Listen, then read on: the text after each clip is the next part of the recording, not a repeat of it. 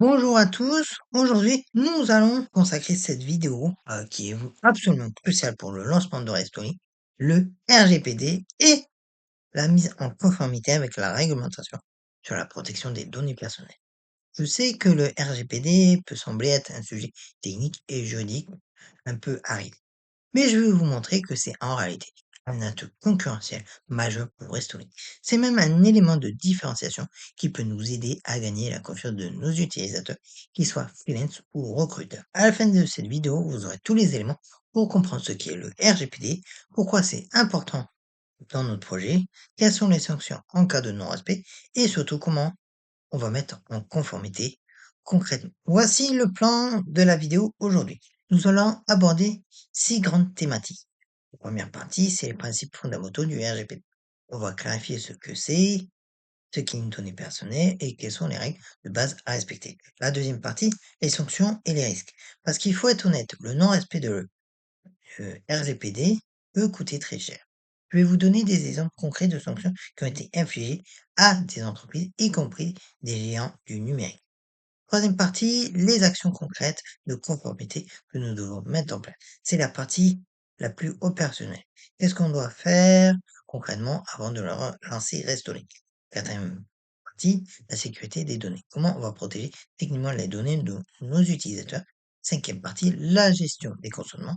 Comment on va recueillir et gérer les consentements de nos utilisateurs de manière conforme. Sixième partie, la gestion des cookies, un sujet souvent mal compris mais essentiel pour notre application. À la fin, je vous donnerai aussi une checklist complète de conformité et un planning des prochaines étapes. Commençons par les bases RGPD. Donc, ça veut dire Règlement général sur la protection des données. C'est un règlement européen qui est entré en vigueur le 25 mai 2018. Donc, ça fait presque 7 ans maintenant que c'est en application. Il y a 3 points essentiels à retenir. Le premier point, ce règlement s'applique à toute entreprise qui traite des données de résidents européens. Peu importe l'entreprise est située dans le monde. Donc, même si on décidait un jour d'héberger Restolic aux USA, on serait quand même soumis au RGPD dès lors qu'on a des utilisateurs en Europe. Deuxième point, le RGPD s'applique quelle que soit la taille de l'entreprise. On est une start-up de 8 personnes, peu importe. On a les mêmes obligations qu'une multinationale. Évidemment, les sanctions seront proportionnelles à la taille et au chiffre d'affaires, mais les règles sont les mêmes. Troisième point, qu'est-ce qu'une donnée personnelle? Eh bien, regardez la partie droite. Une donnée personnelle, c'est toute information qui permet d'identifier directement ou indirectement une personne. Pour Storing, ça inclut évidemment les données classiques, nom, prénom, email, téléphone, adresse, mais ça va plus loin. Les CV et photos de profil des freelances, c'est des données personnelles.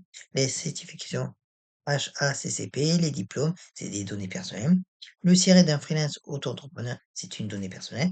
Les évaluations et notes qu'on donne ou qu'on reçoit, ce sont des données personnelles. Même les logs de connexion et les adresses IP, ce sont des données personnelles. Donc, sur Historic, on va manipuler énormément de données personnelles et c'est pour ça qu'on doit être irréprochable. La CNIL, c'est la Commission nationale de l'informatique et des libertés. C'est l'autorité administrative française qui veille à ce que les entreprises respectent le RGPD. La CNIL a 4 grandes missions. La premièrement, elle informe et conseille. C'est important de savoir que la CNIL n'est pas là uniquement pour sanctionner. Elle met à disposition des guides, des formations gratuites, des modèles de documents. On va d'ailleurs utiliser beaucoup de leurs ressources pour notre mise en conformité. Deuxièmement, elle contrôle la conformité. Elle peut faire des audits, demander des documents, vérifier que les entreprises respectent bien leurs obligations. Ces contrôles peuvent être déclenchés suite à une plainte d'un utilisateur ou de manière aléatoire. Troisièmement, elle sanctionne. Et c'est là que ça peut faire très mal. On va y revenir en détail dans le prochain slide. Quatrièmement, elle accompagne l'innovation. La CNIL n'est pas là pour bloquer les projets numériques. Elle veut aider les entreprises à innover tout en respectant la vie privée des utilisateurs.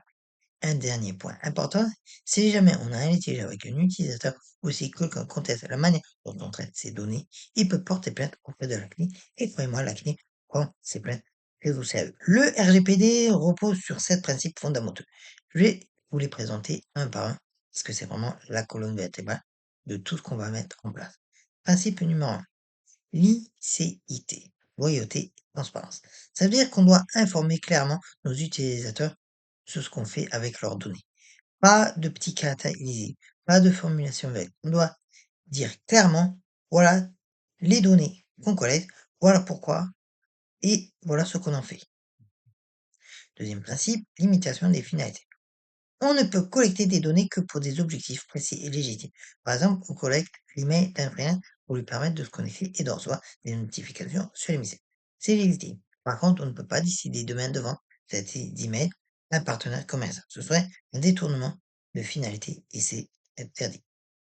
Le troisième principe, minimisation des données. On ne doit collecter que les données strictement nécessaires. Si pour créer un compte, on a besoin d'un nom, prénom, email, téléphone et spécialité culinaire, ok, mais on ne doit pas demander la date de naissance si on n'en a pas besoin.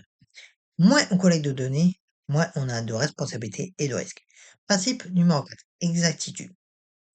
On doit maintenir les données à jour et donner la possibilité aux utilisateurs de corriger leurs informations. Sur Restoling, les freelances pourront modifier leur profil à tout moment pour mettre à jour leurs compétences, leurs certifications, etc. Principe numéro 5, limitation de conservation. On ne peut pas conserver les données indéfiniment.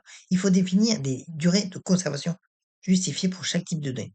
On va y revenir plus tard, mais par exemple, un compte inactif depuis 3 ans, on le supprime. Les factures, on les garde 10 ans parce que c'est une obligation comptable, etc. Principe numéro 6, intégrité et confidentialité.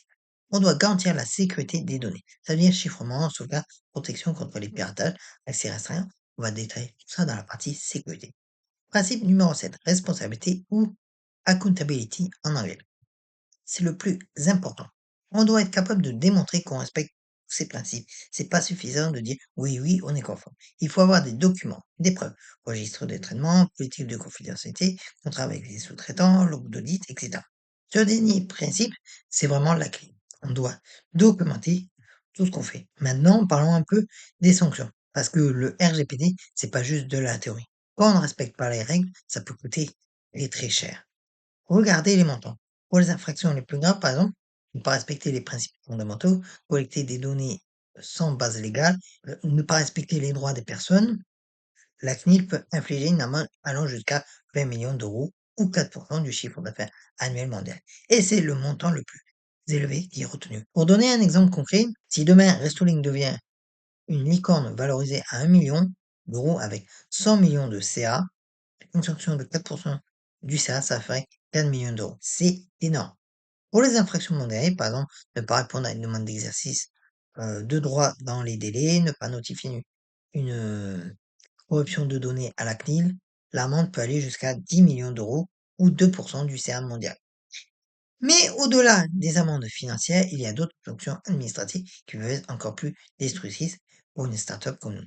Publication de la sanction. Imaginez que la CNIL publie sur son site Restoling sanctionné au non-respect du RGPD. L'effet réputationnel serait catastrophique. On perdrait la confiance de nos utilisateurs du jour au lendemain. Injonction de mise en conformité. La CNIL peut nous ordonner de corriger nos pratiques sous un certain délai. Si on ne le fait pas, eh ben, de nouvelles sanctions tombent. Suspension temporaire des traitements. Dans les cas les plus graves, la CNIL peut nous ordonner de stopper certains traitements de données. Pour une plateforme numérique comme nous, ça pourrait signifier l'arrêt pur et simple de l'activité. Et je ne parle même pas de sanctions pénales qui peuvent aller jusqu'à 5 ans d'emprisonnement et 300 000 euros d'amende pour les dirigeants en cas de détournement de finalité ou de conservation excessive de données. Donc oui, c'est très sérieux. Pour que ce soit concret, voici quelques exemples de sanctions qui ont été infligées ces dernières années. Meta Facebook en 2023, 1,2 milliard d'euros. C'est la plus grosse amende RGPD jamais infligée. Pourquoi? Parce que Facebook, pardon, transférer des données d'utilisateurs européens vers les États-Unis sans garantie suffisante. La CNIL irlandaise a considéré que c'était un non-respect massif du RGPD. Amazon en 2021, 746 millions d'euros. Amazon a été sanctionné pour traitement illicite de données personnelles à des fins publicitaires. Le régulateur luxembourgeois a estimé qu'Amazon utilisait les données de ses utilisateurs pour faire de la pub ciblée sans consentement valable. Google en 2019, 50 millions d'euros. C'était une des premières grosses sanctions de RGPD. La CNIL française a sanctionné Google pour défaut de transparence et absence de consentement veillé pour la personnalisation des publicités. Les utilisateurs ne comprenaient pas clairement comment leurs données étaient utilisées. LinkedIn en 2022, plusieurs sanctions en Europe. LinkedIn a été sanctionné pour ses pratiques de ciblage publicitaire non conformes. Ce qu'il faut retenir de ces exemples, c'est que personne n'est à l'abri, même les gens de la tech. Les montants sont colossaux et peuvent menacer la survie d'une entreprise. Les motifs de sanction sont souvent liés à des choses qu'on pourrait croire détails, tels que manque de transparence, consentement pas assez clair, transfert de données mal encadré. Eh bien, regardez la bannière en bas de la salle. L'impact réputationnel peut être aussi destructeur que l'amende elle-même. Pour Restolink, notre modèle repose entièrement sur la confiance. Confiance des freelances qui nous confient leur CV et leurs données personnelles. Confiance des recruteurs qui publient leurs besoins. Si on perd cette confiance, on perd absolument tout. Maintenant qu'on a vu les risques, regardons concrètement quelles données on va collecter sur Restolink. Parce que c'est en ayant une vision claire de ça qu'on va pouvoir mettre en place les bonnes protections. Côté gauche, les freelances de la restauration. On va collecter beaucoup d'informations pour permettre aux freelances de créer un profil professionnel attractif. Données d'identification de base, nom, prénom, email, téléphone, photo de profil, données professionnelles, statut juridique, auto-entrepreneur, URL, etc., numéro ciré, CV complet, expérience professionnelle, compétences et certifications, donc spécialité culinaire, chef cuisinier, pâtissier, barista, sommelier, etc. Formation, certification HACCP, CAPI cuisine, etc. Disponibilité, donc calendrier de disponibilité, zone géographique d'intervention, préférences horaires, données financières, RIB pour les paiements d'émissions, données d'évaluation, notes reçues, avis des recruteurs, taux de réussite d'émission, données de connexion, log, adresse IP, historique de navigation.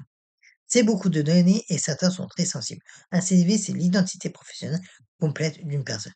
Si on a une fuite de données avec des CV de freelance qui se retrouvent en ligne, c'est catastrophique. Côté droit, les recruteurs.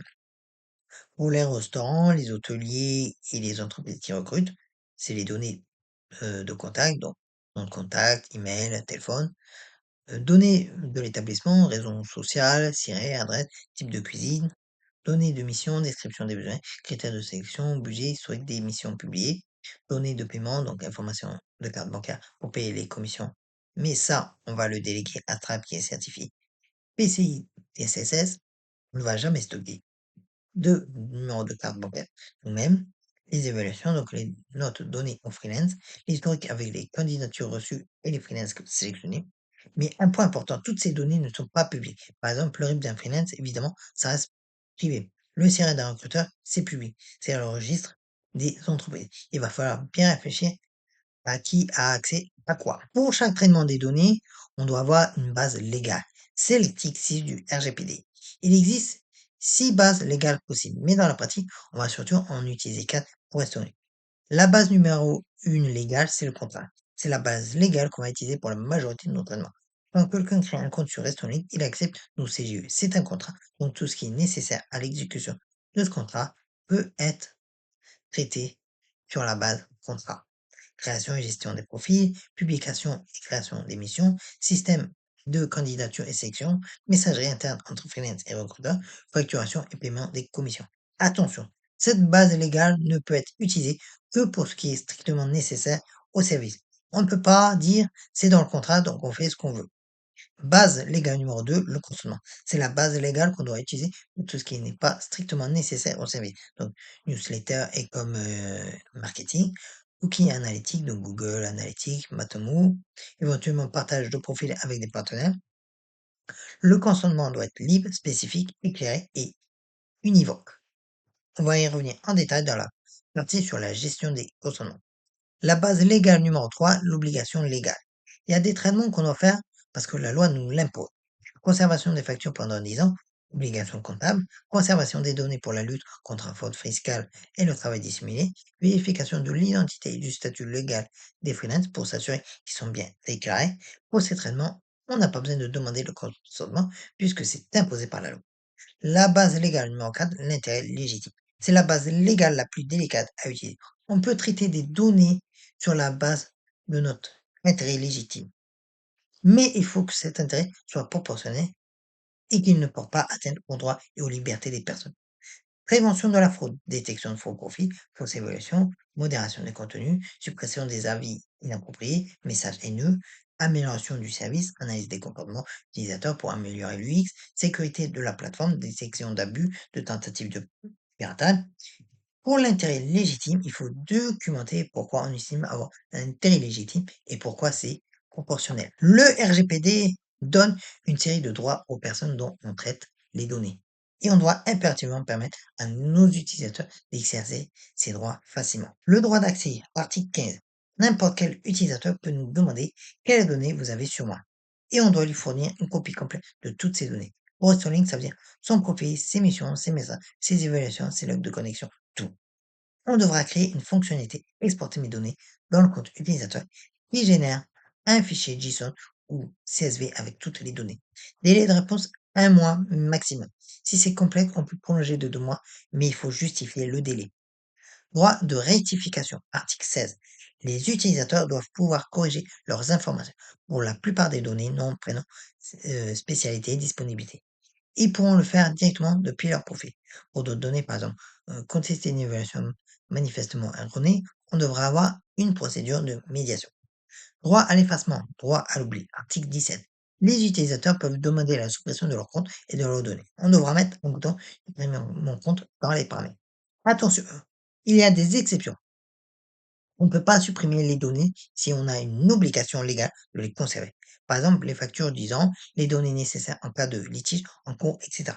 Pour les évaluations, on va les anonymiser. On garde la note statistique pour calculer la note moyenne de la plateforme, mais on supprime le lien avec l'identité de la personne. Droit à la portabilité, article 20. Les utilisateurs peuvent demander à récupérer leurs données dans un format structuré JSON ou CSV pour les transférer à un autre service. Par exemple, un freelance pourrait vouloir exporter son profil Redstone pour aller sur une plateforme concurrente. On doit faciliter ça. Droit d'opposition, article 21. Les utilisateurs peuvent refuser certains traitements. Refuser le marketing, donc lien de désabonnement dans chaque email. Refuser le profilage, par exemple, refuser que nos algorithmes suggèrent des missions basées sur l'historique. Refuser l'utilisation des données pour amélioration du service. Droit à la limitation. Article 18. Les utilisateurs peuvent demander le gel temporaire de leurs données. Par exemple, en cas de litige, je conteste cette évaluation négative en attendant la résolution du litige. Je lis mes données. Droit de ne pas faire l'objet d'une décision automatisée. Article 22. Si on met en place un système de matching automatique entre mission et freelance ou un système de modération automatique, les utilisateurs doivent pouvoir demander une intervention humaine pour réviser la décision. Comment on met ça concrètement?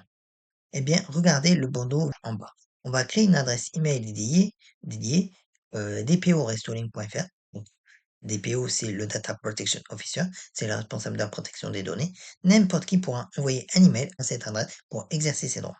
On aura aussi une interface dans le compte utilisateur, gestion de mes données avec des boutons pour exporter, supprimer, modifier le consentement, etc. Et c'est super important, on doit répondre dans un délai de 1 mois maximum. Si on ne répond pas, l'utilisateur peut porter plainte à la CNIL. Maintenant, passons à la partie sécurité technique. Comment on va protéger toutes ces données? Le RGPD exige qu'on mette en place des mesures de sécurité appropriées au risque. Vu qu'on va manipuler des CV, des RIP, des évaluations professionnelles, on est dans du risque élevé. Donc, on doit être rigoureux. Mesure numéro 1, chiffrement HTTPS. Tout le site doit être en HTTPS avec un protocole TLS 1.3. Ça, c'est la base absolue. Toutes les communications entre les navigateurs, les utilisateurs et nos serveurs doivent être chiffrées. Mesure numéro 2, chiffrement AES 256.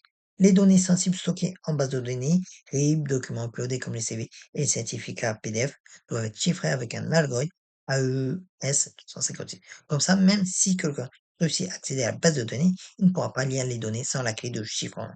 Mesure numéro 3, hachage des mots de passe. Les mots de passe ne doivent jamais être stockés en clair. On utilise Bcrypt ou Aragon 2 pour hacher les mots de passe et on impose un minimum de 12 caractères. Mesure numéro 4, authentification à deux facteurs de FA. Pour les comptes administrateurs, donc nous, l'équipe Restoring, la 2FA doit être obligatoire. Pour les utilisateurs, on va la proposer en option fortement recommandée. Mesure numéro 5, sauvegarde automatique quotidienne. Donc, on met en place des sauvegardes automatiques quotidiennes, chiffrées, stockées dans un data center géographiquement séparé, mais dans l'UE. Et surtout, on teste régulièrement qu'on arrive bien à restaurer les sauvegardes. Une sauvegarde non testée, c'est comme ne pas avoir de sauvegarde. Mesure numéro 6, log d'audit. On va loguer tous les accès aux données. Qui a accès à quoi, quand? Ça nous permettra de détecter des comportements suspects. Par exemple, un développeur qui télécharge toute la base de données des freelances, les logs sont conservés 1 an. Regardez le bandeau vert en bas. Notre hébergeur sera chez OVH ou Front. Pourquoi? Parce que c'est important que nos serveurs soient dans l'Union européenne. Si on hébergeait aux États-Unis, on aurait des contraintes supplémentaires liées au transfert de données hors UE. Un des principes fondamentaux du RGPD, c'est qu'on ne peut pas conserver les données indéfiniment. Il faut définir des durées de conservation justifiées pour chaque type de données. Regardez le tableau. Je vais vous expliquer la logique derrière ces données. Compte actif tant que l'utilisateur utilise le service, on garde ces données. C'est évident, c'est la base du contrat. Compte inactif si quelqu'un ne se connecte plus. Pendant 3 ans, on supprime son compte. Pourquoi 3 ans? C'est un délai raisonnable. Ça laisse le temps à quelqu'un qui a arrêté temporairement de revenir, mais au-delà, on considère qu'il n'y a plus de relation contractuelle. Important. On va envoyer un email de notification 2 mois avant la suppression automatique. Comme ça, si la personne veut garder son compte, elle peut se reconnecter et l'activer à nouveau. Historique d'émission. On conserve les données de mission pendant 3 ans après la fin de la mission. Pourquoi? Parce que c'est la durée pendant laquelle on peut avoir des contentieux, garantie légale, litige, etc. Facture, 10 ans. Là, c'est pas la RGPD qui l'impose, c'est le code du commerce. On a une obligation légale de conserver nos factures pendant 10 ans. CV et certification. Tant que le compte est actif, plus 3 ans après la dernière connexion, c'est cohérent avec la durée de conservation du compte. Évaluation et notes, 5 ans, et on les anonymise. Ça veut dire quoi? Qu'après 5 ans, on garde la statistique, par exemple la note moyenne globale de la plateforme, mais on supprime le lien entre la note et l'identité de la personne qui l'a donnée ou reçue. RIB 1 mois après la clôture du compte.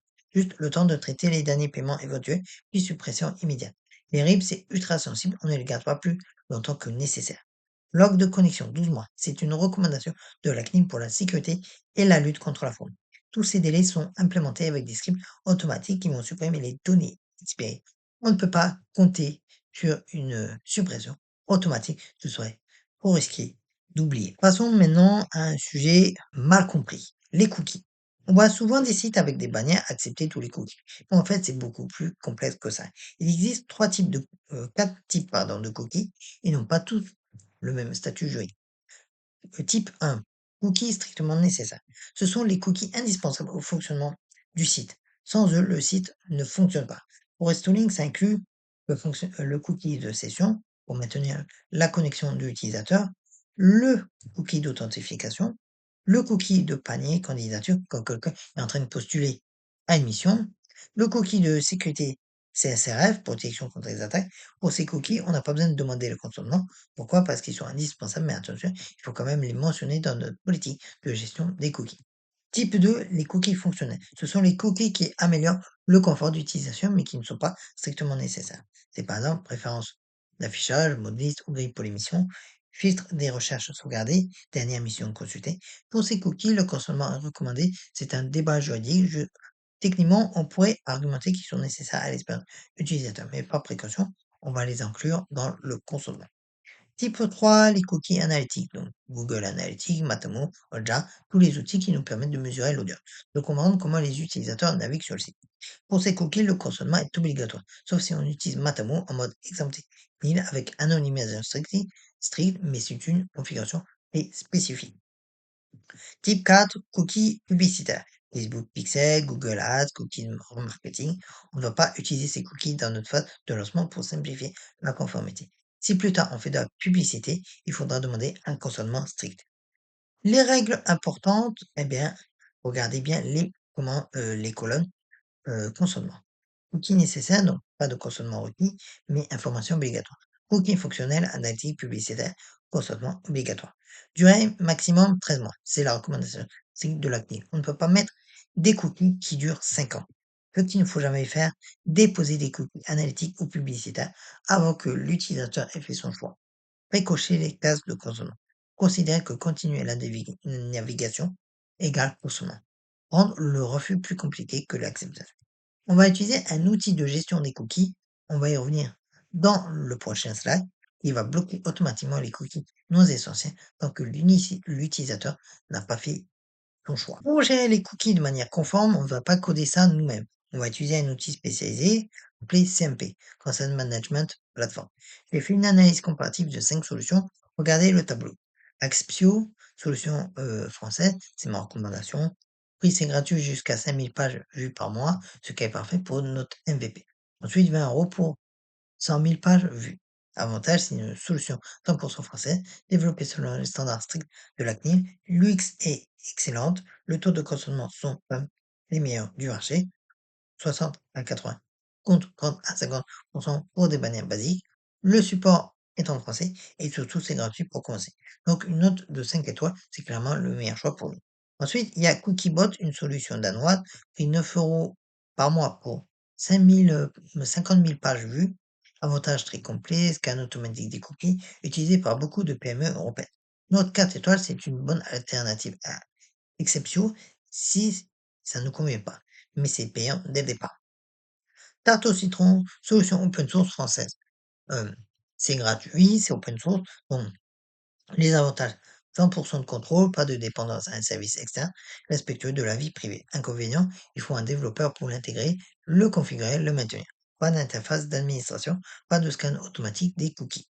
Niveau note, 3 étoiles. C'est une option si on n'a vraiment aucun budget et qu'on a du temps de développeur disponible. Mais honnêtement, je ne la recommande pas pour nous. Ensuite, il y a Ubenda, solution italienne, qui 120 euros par an pour le bundle bannière, outil plus générateur de politique confidentialité. Les avantages, c'est le gros plus de Ubenda, c'est qu'ils ont un générateur automatique de politique de confidentialité qui est excellent. On répond à un questionnaire et ça génère un document juridiquement solide. Donc, une note de 4 étoiles, c'est intéressant pour le package complet. OneTrust, leader mondial, minimum 5 000 euros par an, souvent beaucoup plus. Donc, note 2 étoiles pour nous, c'est une solution entreprise beaucoup trop chère et complexe pour une startup. À considérer si un jour on lève plusieurs millions et qu'on déploie sur 10 pays, mais pas maintenant. Ma recommandation, c'est Acceptio. Pourquoi? Parce que c'est gratuit, donc en phase de MVP. Donc, c'est parfait parce qu'on n'aura pas 5000 pages vues par mois au début. Tarification évolutive, si on grandit, les prix restent raisonnables, 20 euros par mois. Conformité CNIL parfaite, développée spécifiquement pour le marché français. UI, UX, pardon, excellent. Les utilisateurs ne sont pas agacés par une bannière intrusive et le support en français. On pourra les contacter facilement si on a un souci. Regardez le bandeau vert en bas de la slide, solution française, gratuit en phase MVP, tarification évolutive, UX optimal, support français. Pour moi, c'est évident, c'est Acceptio. Alors, maintenant, parlons budget. Combien ça va coûter de se mettre en conformité RGPD? J'ai fait une estimation pour la première année. Regardez le tableau. Outil de gestion des cookies, Acceptio, 120 euros. On commence gratuit et on paye 20 euros par mois à partir du moment où on dépasse les 5000 pages vues. Pour le budget, j'ai estimé 6 mois gratuits, puis 6 mois à 20 euros par mois. Générateur de documents Lego, Yumbenda, 27 euros, ça nous permet de générer rapidement notre politique de confidentialité. C'est un gain de temps énorme comparé à payer un avocat 2000 euros pour rédiger le document. Audit RGPD externe entre 1500 et 3000. C'est optionnel, mais je le recommande fortement. Un cabinet spécialisé va auditer notre conformité avant le lancement et nous dire ce qui manque. Ça peut nous éviter des erreurs coûteuses. Formation de l'équipe, 500 euros. Il existe des formations RGPD en ligne et on va aussi faire une session interne. Tout le monde dans l'équipe doit être sensibilisé au RGPD. Temps développeur, 2000 euros. C'est du coup interne le temps qu'on va passer à intégrer Receptio, à coder les fonctionnalités d'exercice des droits, export des données, suppression de compte, à mettre en place les mesures de sécurité. J'ai estimé environ 5 jours de développement. Total entre 2500 et 4000 euros pour la première année, hors coût interne de maintenant. C'est cher? Non. Regardez-le comme un investissement. Une seule sanction CNIL, c'est minimum 50 000 euros. Le budget RGPD, c'est 5 à 8% d'une petite sanction. Une fuite de données avec un impact réputationnel, ça peut détruire la startup. Les investisseurs vérifient la conformité RGPD lors de la due diligence. Si on n'est pas conforme, ça peut bloquer une levée de fonds. Donc oui, on dépense 3000 euros maintenant, mais on évite potentiellement des centaines de milliers d'euros de pertes plus tard. Maintenant, je vais vous parler du ROI, retour sur investissement, de la conformité RGPD. Parce que c'est pas juste éviter les amendes, c'est beaucoup plus que ça. Premier avantage, différenciation concurrentielle. Sur le marché des plateformes de freelance restauration, combien sont vraiment conformes à RGPD? Très peu. Si on peut dire un grand groupe hôtelier, nous sommes 100% conformes à RGPD, nous respectons vos données et celles de vos employés, c'est un argument commercial massif. Les grandes entreprises exigent de plus en plus que leurs fournisseurs soient conformes à RGPD. L'avantage numéro 2, confiance des utilisateurs. Les freelances vont nous confier leur CV, leur certification, leur historique professionnel. C'est des données ultra accessibles. Si on peut afficher clairement que vos données sont hébergées en fois, chiffrées, protégées et que vous avez un contrôle total dessus, ça crée de la confiance. Et la confiance, c'est ce qui fait qu'un freelance va créer son profil chez nous plutôt que chez un concurrent. L'avantage, quoi? Éviter les sanctions. On l'a vu, 50 000 € à 20 millions d'euros. Pour une startup, une seule sanction peut être catastrophique. Le budget RGPD de 3 000 €, c'est notre assurance. L'avantage 4, faciliter les levées de fonds. Quand on va pitcher devant des investisseurs, une des premières questions qu'ils vont poser, c'est: vous êtes conforme à RGPD? Si on dit oui, qu'on peut montrer notre des traitements, notre politique de confidentialité, nos contrats avec les sous-traitants, ça rassure énormément. Tandis eux, on va s'occuper plus tard, c'est un énorme red flag. L'avantage numéro 5, les partenariats B2B. Si demain on veut signer un partenariat avec Accor, Marriott ou n'importe quelle grande chaîne hôtelière, ils vont exiger qu'on soit conforme RGPD. C'est non négociable. Si on ne l'est pas, on se ferme des opportunités. L'avantage numéro 6, sécurité renforcée. Toutes les bonnes pratiques RGPD, chiffrement, sauvegarde, log d'audit, accès restreint, sont aussi des bonnes pratiques de cybersécurité. En se mettant en conformité RGPD, on renforce automatiquement notre protection contre les cyberattaques.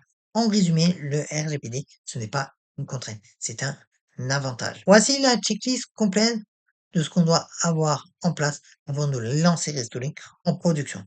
Je vais passer en revue les éléments essentiels.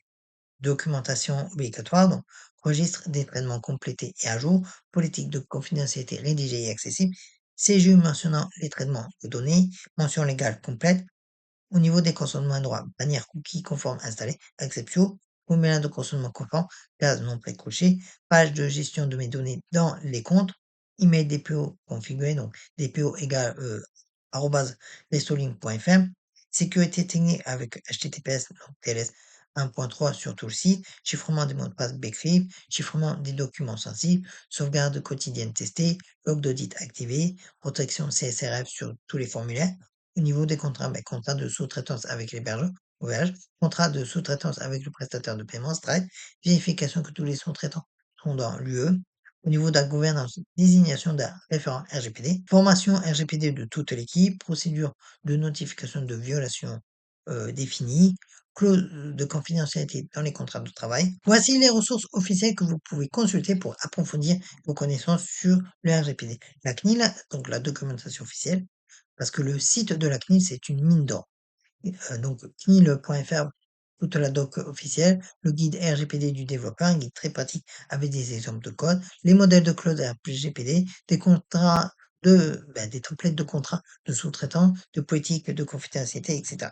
L'outil IPA, Privacy Impact Assessment, un logiciel gratuit pour réaliser des analyses d'impact. Une formation gratuite, parce que la CNIL propose un MOOC gratuit appelé l'atelier RGPD. C'est environ 5 heures de formation en ligne avec des vidéos, des quiz et à la fin, vous avez un certificat. Je le recommande à tout le monde dans l'équipe de le faire. Les outils recommandés, à exception pour la bannière cookie, Umenda pour générer les documents légaux, Matamo si on veut une alternative à Google Analytics qui respecte la vie privée, et bien évidemment, je vais partager tous ces liens dans la description. Bon, maintenant, concrètement, qu'est-ce qu'on fait? Eh bien, voici le planning que je propose sur 8 semaines pour se mettre en conformité avant le lancement. Semaine 1, désigner le référent RGPD et le guide CNIL. On va désigner officiellement quelqu'un comme référent RGPD. Ce sera probablement le CTO, mais ça pourrait être aussi être le CEO. Cette personne sera le point de contact principal avec la CNIL si besoin et elle pilotera toute la mise en conformité. Cette semaine-là, le référent RGPD lit le guide du développeur de la CNIL, c'est 50 pages, très bien fait. Deuxième semaine, c'est le registre des traitements. Le registre des traitements, c'est le document central de notre conformité. C'est là qu'on liste tous les traitements de données qu'on fait, gestion de profil freelance, gestion d'émissions, messagerie, facturation, etc. Pour chaque traitement, on indique quelle est la finalité, quelles données on collecte, qui y a accès, quelle est la base légale, combien de temps on les conserve. La CNIL met à disposition des modèles Excel, on va les utiliser. Semaine 3, générer la politique de confidentialité. On utilise Ubenda pour générer notre politique de confidentialité. On répond à un questionnaire interactif et ça génère un document juridiquement solide qu'on intègre sur le site. La quatrième semaine, installer et configurer Acceptio. On intègre Acceptio sur le site, on configure les différents types de cookies nécessaires, fonctions analytiques, on personnalise le design avec nos couleurs restoring, on teste que ça bloque bien les cookies non essentiels tant que l'utilisateur n'a pas fait son choix. Au niveau de la semaine 5 et 6, On implémente les fonctionnalités d'exercice des droits. C'est la partie la plus technique parce qu'il faut coder la fonctionnalité exporter mes données qui génère un JSON avec toutes les données de l'utilisateur. La fonctionnalité supprimer mon compte qui supprime toutes les données sauf celles légalement conservées. Les scripts automatiques de suppression des comptes inactifs après 3 ans. La page gestion de mes données dans les comptes utilisateurs. La semaine 7, rédiger la procédure de notification de violation. On documente la procédure à suivre en cas de violation de données. Ce qui est responsable de la détection, comment on qualifie la gravité, comment on notifie l'acné dans les 72 heures, comment on informe les personnes concernées, et espérons qu'on n'aura jamais à utiliser cette procédure, mais il faut l'avoir. Semaine 8, audit final et validation de la checklist. On fait un audit complet, on passe en revue toute la checklist de la slide 17, on vérifie que tout est en place. Si possible, on fait appel à un auditeur externe pour avoir un regard neuf. Et regardez la dernière étape, elle est en bas. Go, no go. Si on n'a pas validé la conformité RGPD, on ne lance pas Restolink en production. C'est non négociable. Pour conclure, je veux qu'on retienne 4 messages clés. Le premier message, le RGPD, c'est un avantage concurrentiel, pas une contrainte. Oui, ça demande du travail et un peu de budget, mais ça nous différencie, ça crée de la confiance, ça nous ouvre des partenariats B2B. C'est un investissement dans la pérennité de Restoni. Message 2, confiance des utilisateurs. Notre modèle repose entièrement sur la confiance. Les freelances nous confient leur identité professionnelle. Les recruteurs nous confient leurs besoins en personne. Si on perd cette confiance à cause d'une fuite de données ou d'une sanction CNIL, on perd tout. Message numéro 3, pérennité et sécurité juridique. Les sanctions RGPD peuvent aller jusqu'à 20 millions d'euros. Une seule sanction peut détruire une start-up. En investissant 3 000 euros maintenant, on évite des centaines de milliers d'euros de pertes potentielles. Message numéro 4, performance technique renforcée. Toutes les bonnes pratiques RGPD sont aussi des bonnes pratiques de cybersécurité. En mettant en conformité, on renforce automatiquement notre protection contre les cyberattaques. Le contact DPO, c'est donc dpo@restoring.fr. Si vous avez des questions, n'hésitez pas à me les poser en commentaire. J'y répondrai sous la vidéo.